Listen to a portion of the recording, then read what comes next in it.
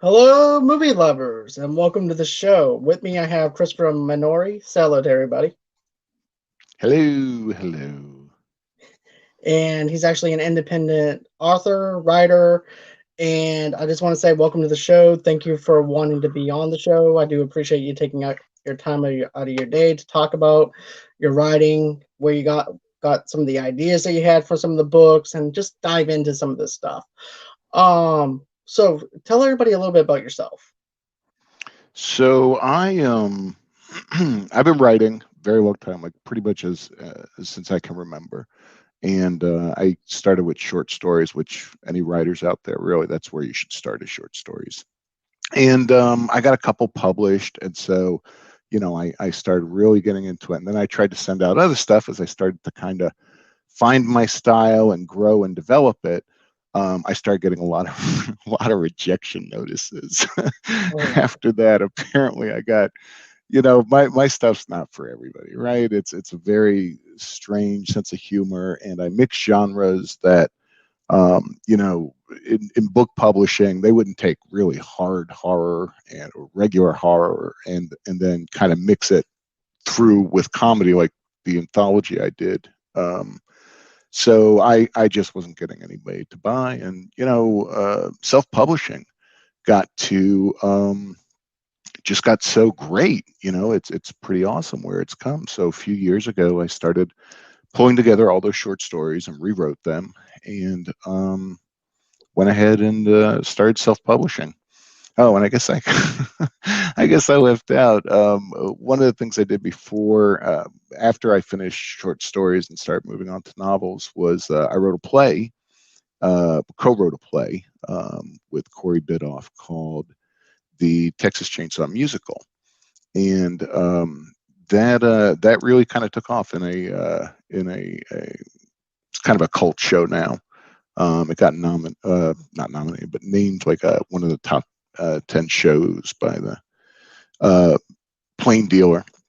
And so that was nice because then like I mentioned, I'm writing all this weird crap, and so a lot of the people who knew me from the play just kind of started drifting over to my books and stuff, and it's nice. I'm kind of I used to think, oh, I just want to be a full time writer and make all my money from it, but it's pretty cool being kind of a cult writer with just a real uh, great fan base, just into right. your stuff, which is awesome, very awesome.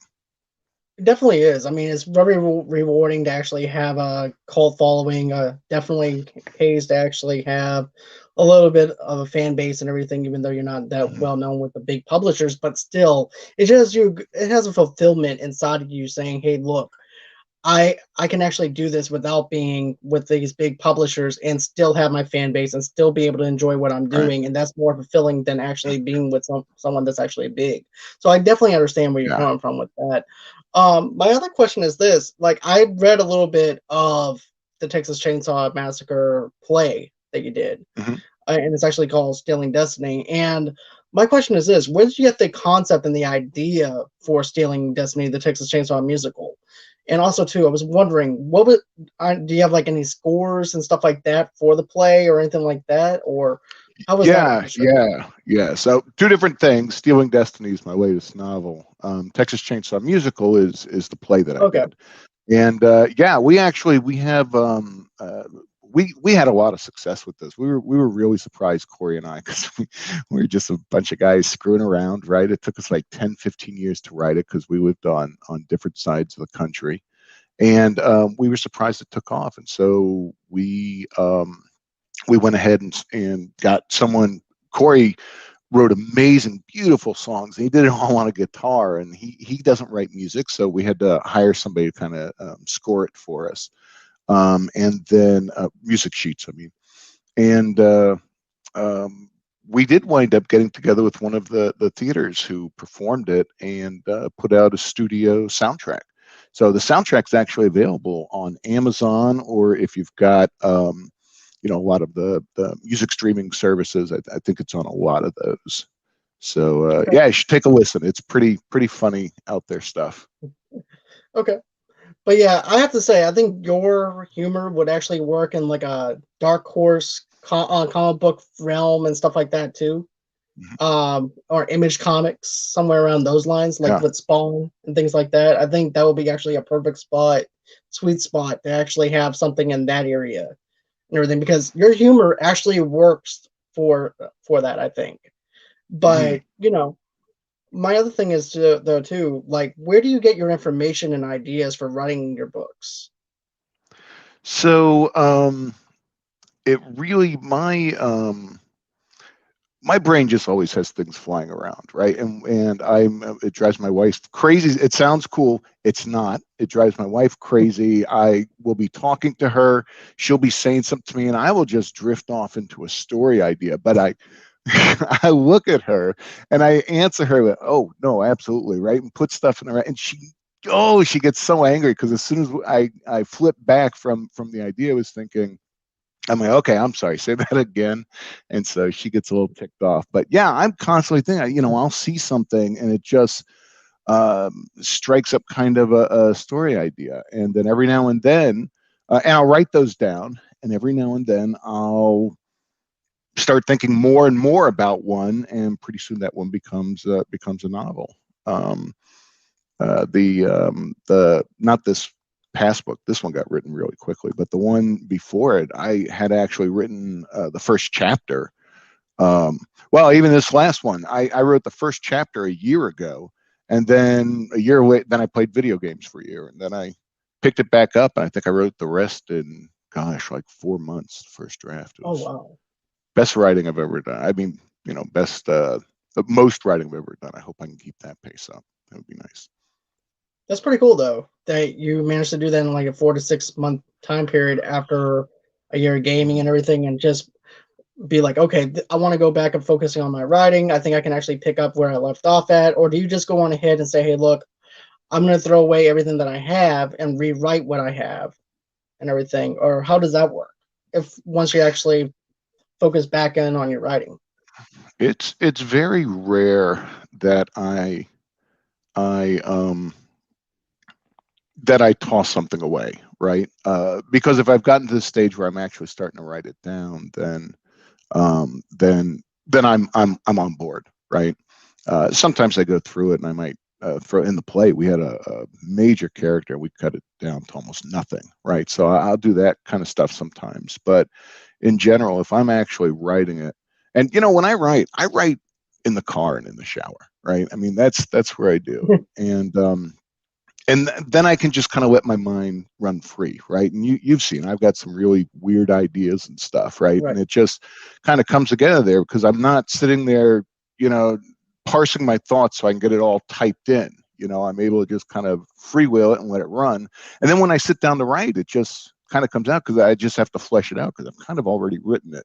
And so by the time I've gone to that stage where I'm constantly thinking of it and coming up with an idea, I'm in, right? I'm all in. So I I don't understand want to that. influence. Yeah, you asked about some of the ideas. Some of my influences were like Twilight Zone. I think if you read Dirty Little Secrets, you really see that, right? There's twist endings all over the place there, and um, Douglas Adams, of course, and a lot of these guys genres, and they kept it in the genre. They didn't make fun of it, right? Douglas Adams, his book is still sci-fi. It's just really funny. And so Robert Aspirin did the same thing.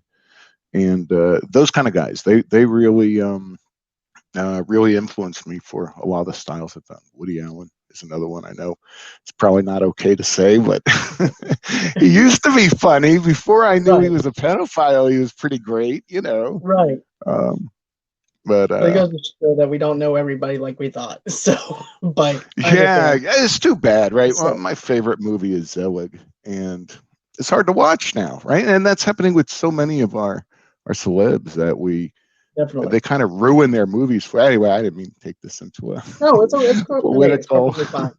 But another thing though too, I mean, I can actually understand because I'm always thinking of things constantly, especially when coming up with my own content, things like that. My mind is just constantly going, and I feel like if I don't tell somebody, my head is going to explode. So I have to let it Right, out, But it may be right, important to us, but to somebody else, it's like, yeah, okay, that's nice, But right. right. But yeah, what I totally understand where you're coming from. what I Um, find as a as for for me as a writer, I you know I have to write. You know, and I don't want to sound pompous because I know people say, "Oh, I have to do this. I was born to do this," right? But I have to write because these things have to come out. And so, kind of like what you said, you know, when I wasn't publishing anything, because I don't like rejection, so a few rejection letters, and I gave up for a while. But I never stopped writing. You know, I kept doing it because it just has to come out. And I think with a lot of writers, it's that way. Probably with a lot of musicians, right? They're writing songs whether they're recording or not, right? And maybe just artists in general. right. People paint whether their stuff's successful or not. I don't even know why I went into that. That's not a It's pompous. okay. Can you cut that out, No. right? Nah, it's live. But no, I don't sound like, to be honest with you, it doesn't Live. sound like that at all, to be honest with you, because I feel like this. If you're doing something and following that dream, every day you Mhm. get closer to that goal. Yeah. So every day that you do something is getting you closer. And that's the way I feel. If you're putting in the work, if you're putting in the time and efforts Mhm. that you have and you want to show those efforts and everything, you're doing what you want to do. And that's what matters the most. Yeah. And to me that doesn't sound like being pompous or anything like that. That just sounds like to me someone that's actually putting in the work, being passionate about what they do, and hoping to actually get a more fan base in return or something else. It does not, to me, that just seems more the line of being humble than anything. But Right. that's just the Well, way I see doesn't sound pompous the way you said it. I should get you to it. write some of my get you to write some of my speeches, so I'll sound good too. Okay. All right. I'll be glad to. I'll do some motivational speaking. I don't mind. So, I don't believe so my my other, wife or daughter would agree with you about the humble part. oh, Not at all. Not at no, all. I can see them Yeah. like, okay, that's full of BS. I can just see that now. But, Yeah. Yeah. Exactly. but I do have another question though about Mhm. Stealing Destiny though. How would you Yeah. describe the conflict of each character in that story? Sure. So, Stealing Destiny is real quick what it is. It's part of a series of novels that actually started in Dirty Little Secrets as a novella and a short story. And it's about this demon who gets banished to Earth for stealing souls from heaven, right? But it's a frame up job, and so he gets banished to Earth, and he winds up having to figure out who framed him, right? And basically, it's a detective novel, really. You know, at its heart is what it is. And so that's kind of the concept. Stealing Destiny takes him and his gang, and they have to. The Satan tasks them to. He hears of a plot to overthrow hell, and so he hears. Uh, he's got Sam and his gang um, to find out who it is, stop it, and at the same time, one of their gang gets kidnapped by people, and they wind up having to travel around the world and break into heaven and all that good kind of stuff. Okay. That sounds pretty cool. It sounds like a little bit of fantasy mixed in with a little bit of detective novel and everything though too. It also has a little bit of Lucifer in there as well, which is actually pretty cool. From Yes, the yeah, I saw, you know, I did catch some of Lucifer, and oh my gosh, it was very cool. Except nobody ever grew, did it? In those characters, it never grew. It was the same story over and over and over again. right, but I I think that's didn't see also when they why brought it back, so maybe. right, right. That's another point that I want to bring up is I feel like once Netflix went on ahead and got the rights for it, that's when those characters started to shine and build because it did Is feel that like a right? repetitiveness to that show and everything. And that's actually how I felt watching it on CBS and everything. And plus, it came at a bad time and everything too, where not that many people would actually be able to tune into it. So now putting it Right. on Netflix was definitely the right choice to actually go with. Mhm. So I feel like those characters are actually more developed than what we got on the network itself. Right, But right. See, I never saw it on Netflix because I lost my sister's login, so I oh, never got a chance to take. No more Netflix for me. It's all on Tubi now. okay. There's something else that I was catching though. Like, how did you come up with the Mhm. prologue for Surf Not Nazi for the Surf Nazi Must Die prologue? Okay, so I like that you noticed that, right? If you look at in these banished demons, so Little Idiots, and then also this one, Stealing Destiny, each chapter is named from a horror film, right? And where I could do That's like what I cult, got. just because Okay. I'm a huge horror fan. I'm a huge film fan, right? And so I am a person who loves to throw little Easter eggs and things in there that if somebody notices it, that's very cool. And if not, that's okay too. I don't get embarrassed because I don't know what's supposed to be cool, right? It's like it's just average. That's okay.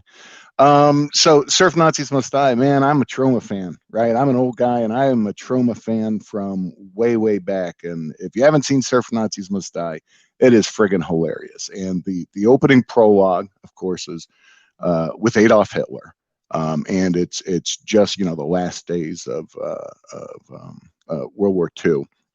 And so that was the best title I could come up with, or the best film title I found for doing something with Nazis, right? So That's actually pretty cool though. I mean, it has like that 70s but 80s kind of flavor to it with those silly titles that we right, used to get and yeah, everything. I could just probably picture the video, maybe the video box of right. Nazis on a beach with surfboards or something. Yeah, So, that was the cover. I remember that cover. It was funny. Trauma was awesome. hmm. So another thing though too is how would you describe your characters? And that doesn't even have to go with anything with Stealing Destiny or anything like that. It's just in general. Like, how do you actually describe your characters when you're making them? So that's a good question. When I write, I see I'm a huge film fan, like I said, huge TV buff, right? And so I've tried writing a lot of different screenplays and stuff. And so when I write, I kind of see things as you would on a movie, right? That's how I kind of stage it and see it. And if you look at a lot of my reviews, they actually say, "Well, it reads like a movie. It goes so quick and stuff." And so when I describe, I kind of try to in my head film these scenes to kind of get them right sometimes. And I think this is with any recurring character, it takes a while to really build them, right? So Sam, I wrote him. Well, I said my first story I published at 10, and it was with Sam. It was a short story that's in Dirty Little Secrets. And when it started, it was just this little comedy piece, and he was this courier for hell who goes to pick up souls, and it's just a silly little funny piece. And then when I did the novella and decided I want to kind of look at him more, and I wanted to do a detective sort of a noir, the maybe the old 40s, 30s, and 40s detectives, and so that started really setting him up. But in Sam's case, if you look at him, it's just me, right? I mean, I'm really he's kind of me, right? A lot of the jokes he makes, he does a lot cooler stuff, right? But he kind of is the glue that holds this entire nutty band together, right? Um, if you look at like for me, the hardest parts to describe or come up with characters is females, right? It's Mm. taken me a long while to get some of them, and one of my main characters here is very powerful female, who is kind of Sam's apprentice, and she's a witch in training, and kind of has a mind of her own, and very not just powerful magically, but also uh, as a person, right? And strong willed and really a great character. I mean, she really is. But it took me a while to really learn kind of how to or I hope I've done it, stop writing her, making her sound like a guy trying to write a woman's character, right? And Right. more just like a female character, right? And hopefully you just read it and you don't think anything about it. It just sounds normally. And I guess that's when I got it. But yeah, I think anybody who does these type of characters, it's a long development process. And as a reader, if you go in and start reading from front to finish, you even see it in sci-fi shows and stuff. You kind of watch the characters develop, right? You're actually watching the person writing them getting better is really what you're doing. Most definitely. And like you said, it is challenging for us guys to actually put ourselves in the mindset of a woman and try to write them to where they're not, because here's the thing, back in the 90s and 80s and stuff like that, they used to be like the dazzle and distress. That used to be like the go-to thing. And Right, then right, and stuff has changed over the years where women are strong individuals now. They have a way of speaking out now. They actually don't take no crap. They are tougher just as us guys are. So you right. actually have to try and write in the way of today's time rather than going into the way that it used to be done. So I can Yeah, understand how the complexity of that and how hard it is, because like I said, we're guys. It's actually hard to get ourselves in the mindset of a woman and everything and try and write from their perspective. And if you're able to right. write from that perspective and everything, we're doing something right, you know? Yeah, yeah, it's interesting because if you, not only are you developing the characters, right, but again, if they're recurring characters, and really as a self-publisher, if you're trying to write recurring characters is what you should do, right? Come up with a good series so people get really into you, right? But anyway, if you look at, uh, I mentioned Adacent of the Witch and Sam is her apprentice, and if you watch their relationship, you also see that grow as I was getting better at writing them and really getting to know the characters better, right? Um, you start to see that grow too because she starts she's an apprentice, and now they're to a point where he's pretty much taught her all he can, and she's much more powerful than he ever was, although he won't let on. And so learning to kind of develop and make it a natural change instead of suddenly you're doing a Batman and Superman. Remember that where they're fighting, and then all of a Right, sudden Batman's like, "Oh, yours is Martha, mine's Martha. Oh, hey, okay, let's be on the right, same side." Right? And right. you got to develop. That was not great development.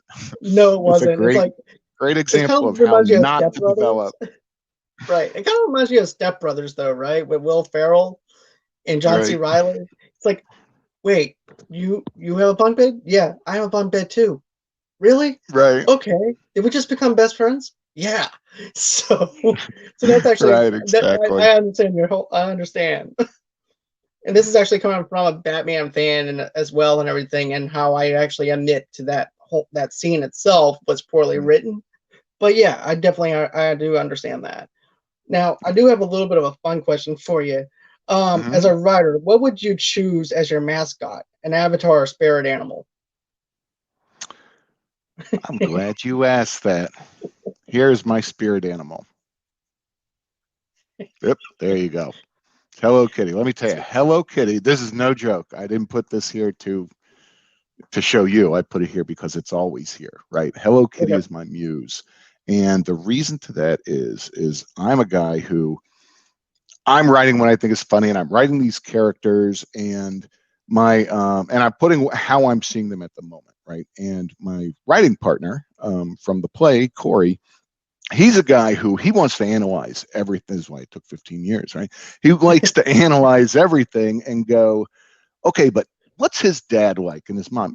Whether his dad or mom is not in, and it really helped me do so. So I don't want to make it sound like I'm just shitting on it, but this is what he would do, and so he kept asking me to describe the serial killer Eddie, and I just couldn't do it in the way that he was looking for. And so he's like, well, you're an artist, draw me what Eddie looks like. And so I drew him and I sent it to him, and he's like, there's no personality, this is just a guy, right? There's no personality, show me what he's all about.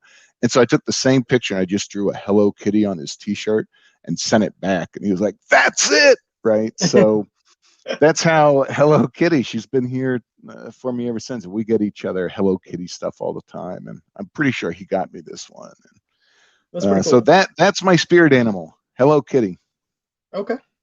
Another Don't thing though judge. too is, hey, I'm not judging. No judgment here.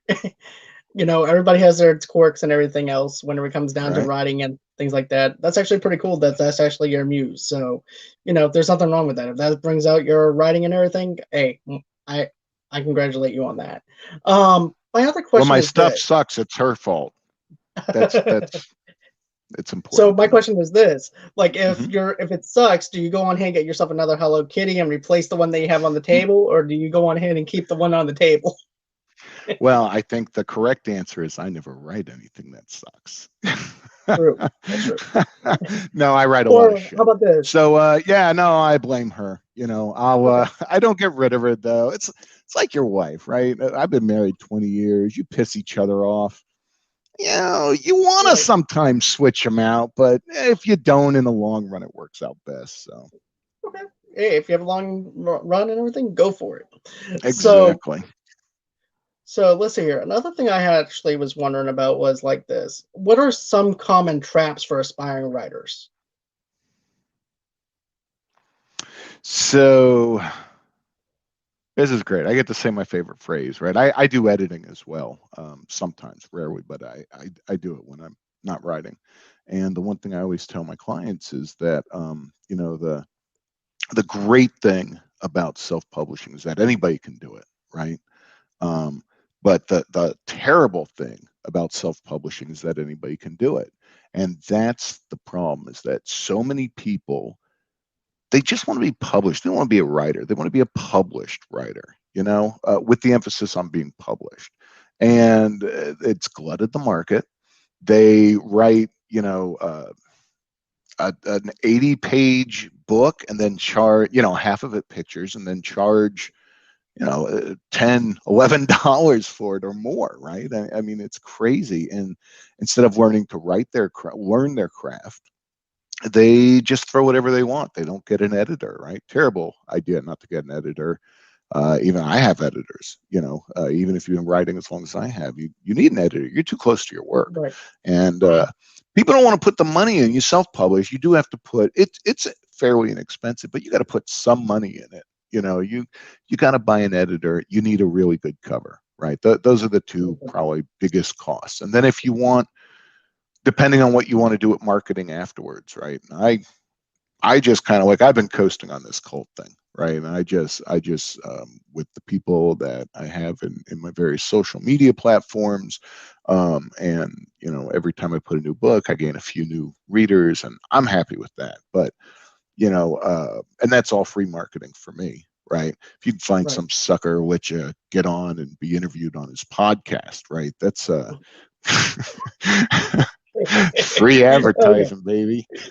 Free advertising. Right. But Exactly. so that's a big one, right? Is they don't take the time.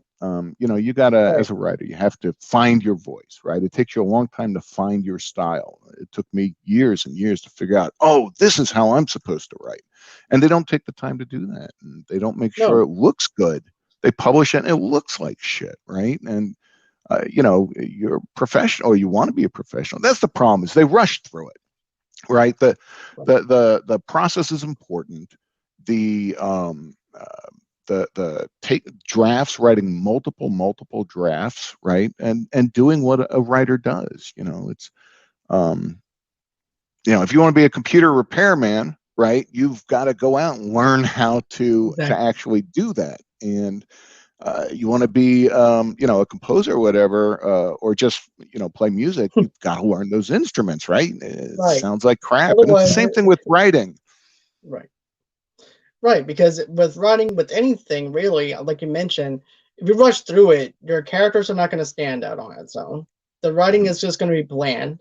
It's not Yeah. going to have any type of feel to it, no type of emotion to it, to where people don't care. And really that, but and people can actually tell in literature though too, if those pages are not being expressed the way they're expressed, you're going to lose that Mhm. reader within minutes and everything, to Yeah. the point where they actually put the pages down. And not only that, but if you're doing an orchestra, you're not going to just rush through the orchestra. Does Hans Zimmer, for example, rush through his Hmm. scores and everything to uh, and Does he? everything? No. He actually Oh, okay. critiques. He actually thinks, Sounded like you right. knew the guy. I was just Well, I'm just saying. Well, like, you from were his giving me a look movie, at. No, I'm just kidding, man. nah, just from the movies and everything else, from like the Christopher Nolan movies with Inception and things like that. Hmm. He takes his time, he critiques it, Yeah. he makes sure that it's actually perfect to where you can actually feel the emotion of the characters, and that's exactly what you need to actually feel coming off from the pages and everything. Otherwise, it's adios book, and they're going to pick out something else. Yeah. So, Yeah.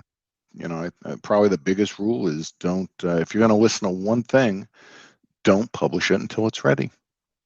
Exactly. Right. And people don't want to do that, which is unfortunate. No. But it makes my stuff look better, but then it's a pile of shit I got to swim through for people to find my stuff too. Right. But still, it's always good to actually find a hidden gem behind all the other stuff That and is things like true. that while you're grinding. So that actually Yeah. helps though too. Yeah, Um, definitely. Now my other thing is though too. You said that you published at an early age. So what Mhm. was it? Now here's the thing. How did publishing your first book change your writing processing with writing? So, what it changed really was the process that I did to write. If that sounds weird, but not the creativity, not any of that, but the actual setup, right, and formatting. And because when you go to self-publish, and I always my books always go on audio CD, Kindle, and paperback, right? So audio, that's something else, but with paperback and Kindle, you're formatting up to a certain level because the formatting's the same for both, but then you have to kind of branch out, right? Because you do things on paperback that you wouldn't do in Kindle. Page numbers, right? You don't have page numbers on Kindle. On paperback, not only do you have page numbers, I'll tell you, page numbers are the biggest pain in the ass. It's the thing I hate most about trying to publish a book. You would not believe how hard it is to set up page numbering correctly in a book, right? If you want to do it professionally.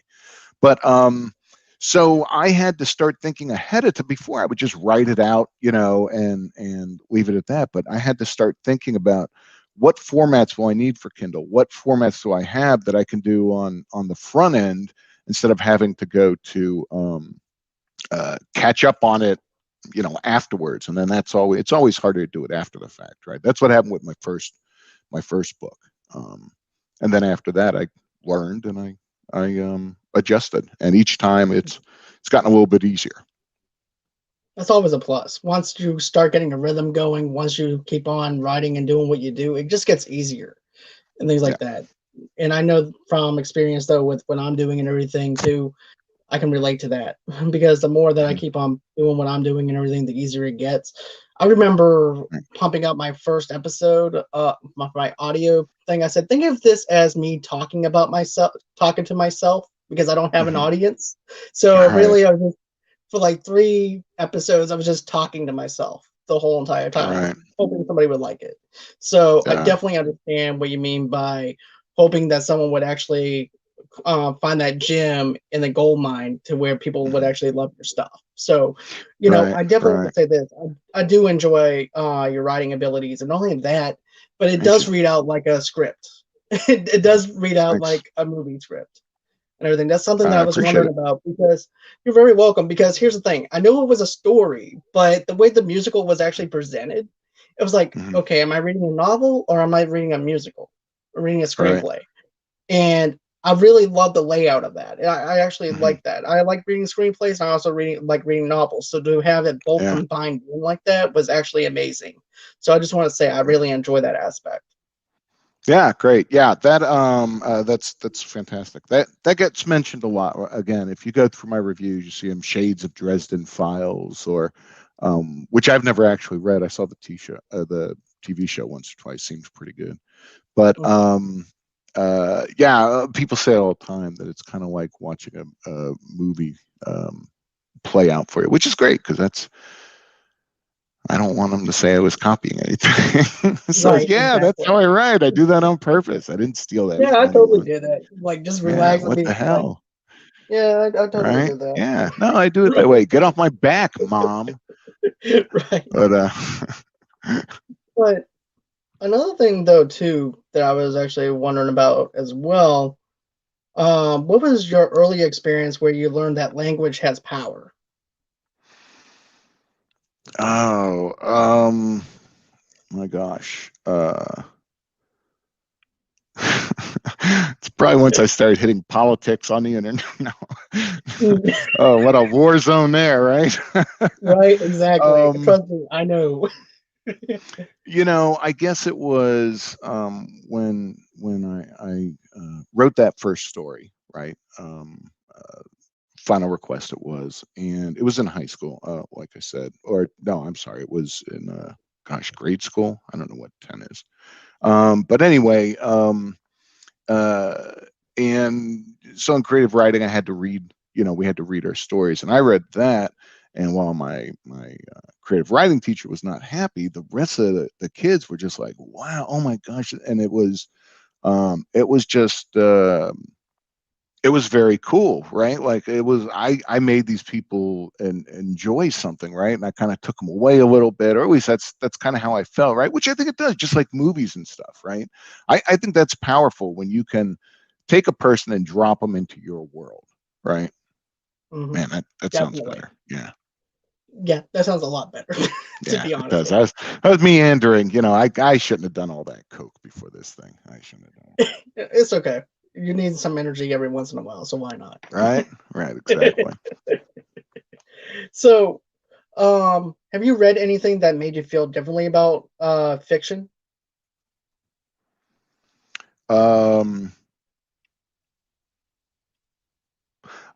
I'll tell you that there's two things really. The first was a book by Shane Stevens. It's called "By Reason of Insanity," and it's about a serial killer.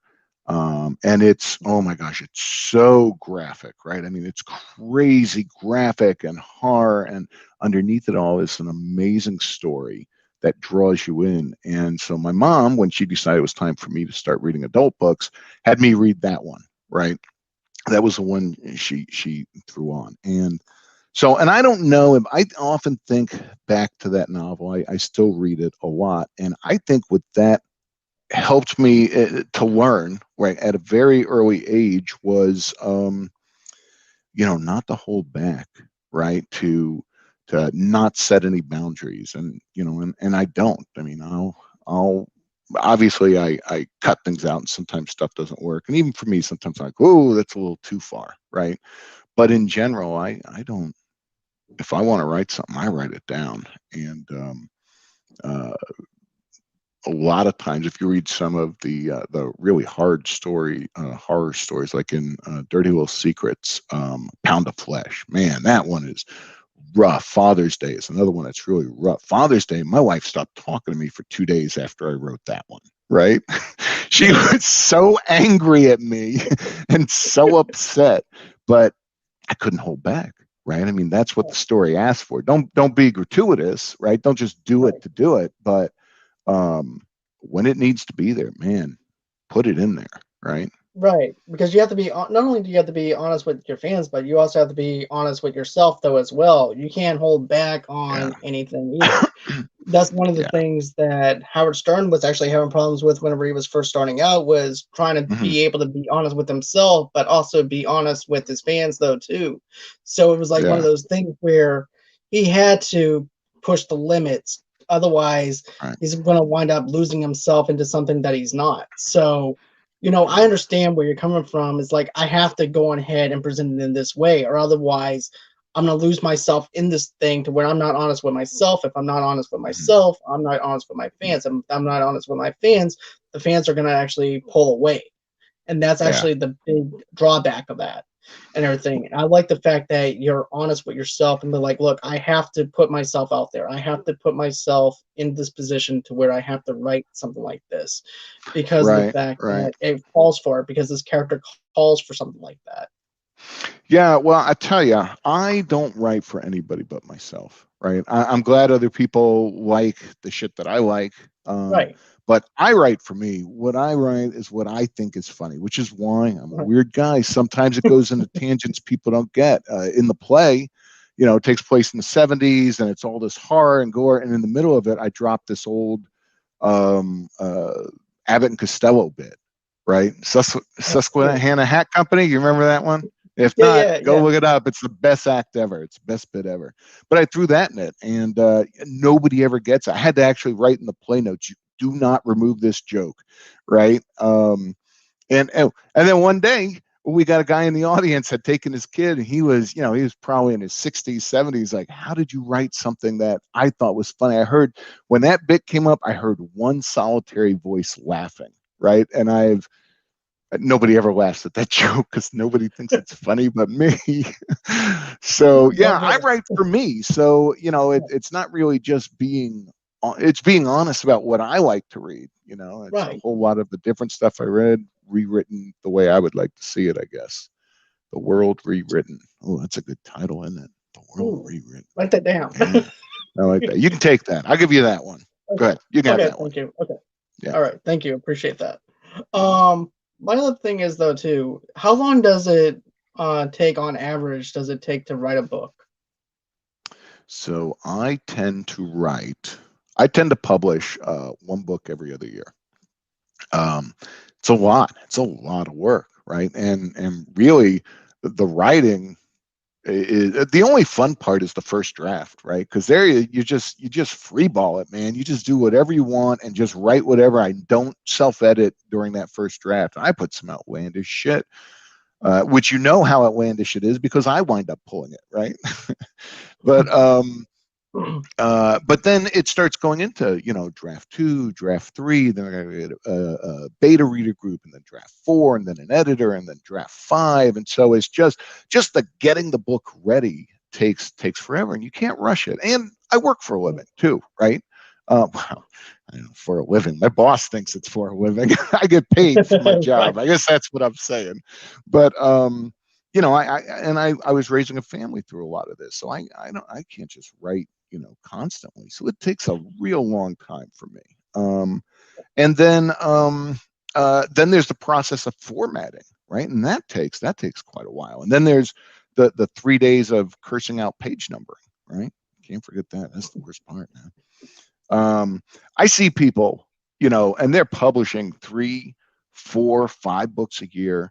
And I'm just going to say, if your last name isn't King, every one of them is a piece of shit, right? I mean, their book, you can't put, maybe I'm gatekeeping, I guess, right? But when it comes to a good fiction novel, you cannot be, unless you do nothing but sit there and write, pumping out 5 good novels a year, you're rushing through the process, right? Yeah, so definitely. I don't think every other year is bad, especially when you consider I spend about 6 months of that just playing video games, right? Playing hooky. So really, it's every year and a half if you take out the time I'm goofing off. But I'm getting ready to retire in a couple of years, and then I'm very excited because then I'll just write full time, and that'll be my job. And hopefully, I'd like to get to where I'm popping out a book a year, but I don't ever see it being faster than that. Right. And like you said, you have to take your time, critique it, make sure it's perfect. It's like cooking, doing with anything. You have to make sure that it's actually perfect and able to actually be a product that people would actually buy. And also that you would actually feel proud of as well. Because like you said, you write for yourself. So you want to actually do a good job for yourself as well. That's where the important thing is. I'm proud of what I put out. I work real hard to get it out. And so I want it to look professional, and I want it to entertain and feed whatever emotion I want it to feed. And so got to take the time to do that, just like anything else, right? Definitely. And this is what I want to say. I love Dirty Little Secrets. I love the opening of Dirty Little Secrets. I know I talked to you about it a little bit, but not enough to tell you what I loved about it. But I love the opening where you're actually dealing with a character that is a degenerate gambler who is down on his luck, and he's having trouble paying back a loan shark, and whose parents suffered with alcoholism. And my question was this: how did you get into the mindset of someone that's a degenerate gambler and also into alcoholism and focusing all that stuff and then including the loan shark and everything too? Because everybody knows once you go to a loan shark and you don't pay that loan shark, he's going to be breaking some legs pretty soon, or you're going to wind up in the bottom of the ocean. But that was just something that I really, really loved about the opening story. It's like, bam, it just hits you right off the bat with this character. Right. So that was, well, I was drinking a lot at the time, right? Drinking a huge lot to start with, right? Go there. But that was one of the earlier stories I wrote. And I don't remember how I started thinking about it. I guess, you know, a lot of Stephen King is probably the him and Clive Barker best short story writers ever around. And King's not as great as he once was, right? He didn't know when to stop, but he's an amazing, amazing writer, incredibly prolific. And a little pushy. If you ever read his book on writing, oh my gosh, this guy will just give you the business if you're not writing every second.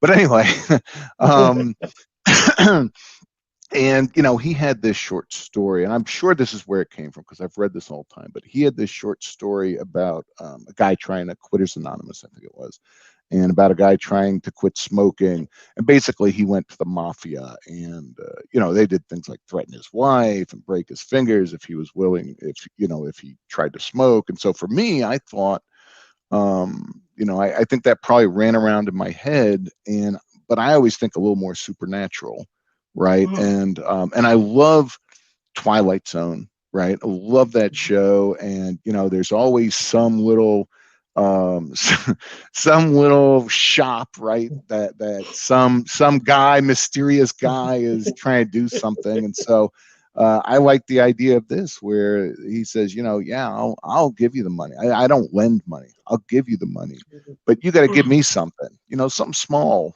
Give me your habit, and take and doesn't really say, hey, if you keep smoking, I'm going to trade for something else, right? And the kid doesn't think about it. And I'll throw it out. I'm not going to give the spoiler on the ending, but every time he has that cigarette, he loses another year.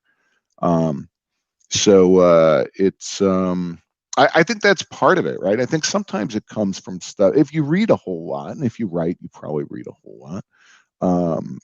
Everybody gets stuck in their genres, and I think a lot of the stuff that you read inspires, right? A lot of the same stories get that. Perfect example is I do Take on the Monkey's Paw. My mom used to read this story to me when I was a kid, scared the crap out of me, and it still does. The whole idea of it. And if you haven't, anybody out there hasn't read it, absolutely, you need to go find a copy of this story. It's everywhere. And I'm sure everybody's heard about it, this monkey's paw that you can make wishes on, and it turns out pretty bad. Wishes don't. Why does anybody keep wishing, right? They never turn out good. They never work out. You think just once people go, oh, no, you don't. I know what you're going to do. You're going to turn me into a cow. So anyway, and so I took that story, I used to think about it constantly. So I took that story and rewrote it, by stealing one of the wishes, and then not allowing what would have been the ending of the original story, and everything kind of works out. Doesn't work out in my story. And I do another one on Pandora's Box, right, where I modernize that and kind of. So I think it's just the stuff around me. And then sometimes it's just, again, just things I see that make me, just give me thoughts and file them away. Sometimes they work, sometimes they don't. Right. I think the reason why I like your writing so much is because of the fact that I am a Stephen King fan. And so I can definitely tell the levels of, you know what I'm saying? I just love the way you tell the story and everything. It's simplistic. It's easy to get to. You get to the meat and bone of it. You don't have to, it's not an over exaggeration with words or anything like that. You describe everything perfectly and things like that. And that's actually perfect for someone like me because it takes me a while with my comprehension to actually picture certain things. And this, I can actually picture just about everything that was in your stories and everything. So that's a big plus from my side. Another thing that I actually wanted to ask you too was, what are your favorite literary journals? Amazing Spider-Man's pretty good. Did you catch that one? Yeah, that one's good. A whole lot of more. Man, I don't by journals you mean just basically like like what catches your eye, fiction or kind of stuff that so for me it's finding, I like used to be little pulp novels, right? Short stories, uh, horror is certainly a big one for me. Humor, if it's done right. I love mystery. Fletch was another. If you guys have ever, I probably saw the movie, but the book series, it was like a 10, 11, 12 book series, right? And it's a fantastic character, the way he develops. And it was a mystery, but Gregory McDonald managed to put a lot of humor into it. So I'm big in that. I like genres that mix, right? And I like when people take something real world or something that's familiar and kind of change it, and make it into their own world. My world for Sam is, demons and angels, but none of them act the way you would think they would, right? Angels aren't great people, and some of the demons are better than the angels, right? And they just I actually, if you go through my stuff, I do deal in Christianity a lot, right? Okay. I just like twisting that kind of stuff around, right? They're such great. I don't want to offend anybody, but in my head, awesome parables, awesome stories, awesome myths, and I like changing it to the way I want to be. Unfortunately, some people find it funny, and some people find it extremely offensive. What are you going to do, right? But that's the kind of stuff I like. I like when you take a World War II novel. There's a great one, I can't think of, The Wolf's Hour, I think it's called, about an undercover agent in World War II who's also a werewolf, right? It's great stuff. Okay. Well, that's pretty much everything that I had wanted to ask you and things like that. Now, to anyone that's actually watching us right now, I'm going to give you at least 5 minutes. If you guys want to, go on ahead, put in some questions that you want to ask Christopher and stuff like that. If you're passionate about writing or anything like that, now is your time to go ahead. The floor is yours. If not, I'm going to go on ahead and close us out and everything. But I just want to say thank you, Christopher, too, for actually being on the show, taking your time out and talking about your writing and things like that. I do want to have you back on the show again in the future, things like that, because I actually do a lot of horror movie reviews during the Halloween time, as well as even whenever it's not Halloween time and everything too. So I would like to actually have you back again. Yeah, So definitely.